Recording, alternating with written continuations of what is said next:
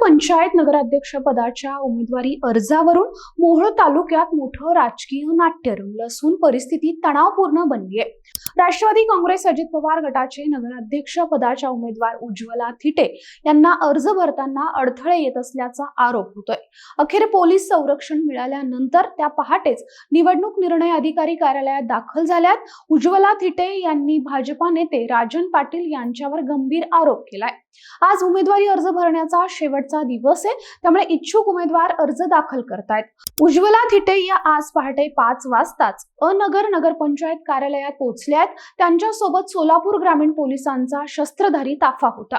नगरपंचायत परिसराला अक्षरशः पोलीस छावणीचं स्वरूप प्राप्त झालं असून कार्यालयाच्या चारही बाजूंनी मोठा पोलीस बंदोबस्त तैनात करण्यात आलाय।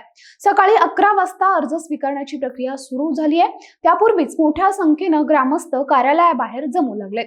उज्ज्वला थिटे आणि राष्ट्रवादीचे जिल्हाध्यक्ष उमेश पाटील यांनी असा आरोप केलाय की भाजपा नेते आणि माजी आमदार राजन पाटील हे निवडणूक बिनविरोध करण्याच्या प्रयत्नात आहेत। त्यामुळे थिटे यांनी उमेदवारी अर्ज भरू नये यासाठी रस्त्यांवर जागोजागी अडथळे उभे केले जात आहेत। ऊसाचे ट्रक रस्त्यावर लावून जाण्याचा मार्ग बंद केला जातोय। थिटे यांच्यावर हल्ला होऊ शकतो अशी भीती देखील त्यांनी व्यक्त केली आहे।